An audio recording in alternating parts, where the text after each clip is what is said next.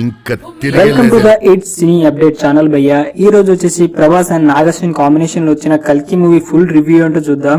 ఈ రోజు అయితే ఈ మూవీని అయితే పాన్ ఇండియా రేంజ్ గా అయితే రిలీజ్ చేశారు భయ్యా. ఇందులో ప్రభాస్ అన్న గారి యాక్టింగ్ మాత్రం వేరే లెవెల్ అని చెప్పాలి. అండ్ అమితాబ్ బచ్చన్ గారి క్యారెక్టర్ అశ్వత్థామ క్యారెక్టర్ ఎంత స్ట్రాంగ్ అంటే ఈ మూవీలో ప్రభాస్ కన్నా ఆ క్యారెక్టర్ కి ఎంత స్ట్రాంగ్నెస్ అండ్ చాలా అంటే చాలా చెప్పాలి భయ్యా. ఈ మూవీలో ప్రభాస్ గారి కంటే అమితాబ్ బచ్చన్ చాలా స్ట్రాంగ్ గా కనిపిస్తారు. కానీ చివరిలో ప్రభాస్ కి కొంచెం ఎలివేషన్ ఇవ్వడం వల్ల ప్రభాస్ అన్న గారి క్యారెక్టర్ కొంచెం డామినేట్ చేస్తుంది అశ్వత్థామ క్యారెక్టర్ ని. కల్కి క్యారెక్టర్ లో అయితే మన ప్రభాస్ అన్న గారు మొత్తం జీవించాడని చెప్పాలి భయ్య. ఇక ఈ మూవీ అయితే నాకైతే చాలా అంటే చాలా బాగా నచ్చింది. ఇందులో ప్రతి క్యారెక్టర్ కి ఒక ఎలివేషన్ అయితే ఉంది భయ్య. దీపిక పదుకొనే క్యారెక్టర్ మాత్రం సెన్సేషన్ అని చెప్పాలి. అండ్ ఇందులో కమల్ హాసన్ గారిని చూపించడం విధానం మాత్రం వేరే లెవెల్ అని చెప్పాలి. అయితే కమల్ హాసన్ గారిని ఫస్ట్ టైం చూసినప్పుడు ట్రైలర్ చూసినప్పుడే నమ్మబుద్ధి కాలేదు. ఇంతలా మేకప్ చేశారా, ఇంతలా డామినేట్ చేస్తారా క్యారెక్టర్ ని కమల్ హాసన్ గారని చూపించినట్టు అయితే చూపించారు. అండ్ ఇందులో యాక్ట్ చేసిన దుల్కర్ సల్మాన్ గారి యాక్టింగ్ కూడా చాలా బాగుంది భయ్య.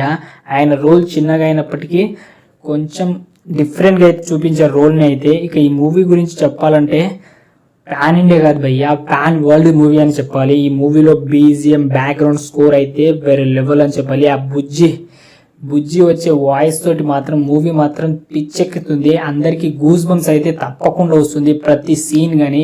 ఇంటర్వెల్ తర్వాత ఫైట్స్ వస్తాయి భయ్య, ఫైట్స్ మాత్రం మామూలుగా ఉండవు, అరాచకం అంతే. ఇక ఈ మూవీ గురించి చెప్పాలంటే చాలా తక్కువ అనిపిస్తుంది భయ్య. ప్రతి ఒక్కరు థియేటర్లో ఈ మూవీని అయితే చూడాల్సింది. ఎందుకంటే ఫస్ట్ టైం ఒక తెలుగు సినిమా హాలీవుడ్ రేంజ్ లాగా తీశారు. అండ్ థియేటర్లో మన మూవీని ప్రభాస్ అన్న గారి ఫైట్ సీన్స్ చూస్తుంటే మాత్రం గూస్ బంప్స్ రావడం ఖాయం అని చెప్పి. మూవీలో విజయ్ దేవరకొండ కూడా ఒక చిన్న క్యారెక్టర్ అయితే కనిపిస్తారు భయ్య. అర్జున్ క్యారెక్టర్ లో అయితే విజయ్ దేవరకొండ ఈ మూవీలో అయితే కనిపిస్తారు. ఆయన క్యారెక్టర్ అయితే చాలా బాగుంటుంది. చిన్నగా ఉన్నప్పటికీ క్యారెక్టర్ మాత్రం ఒక రేంజ్ లో అయితే ఉంటుంది.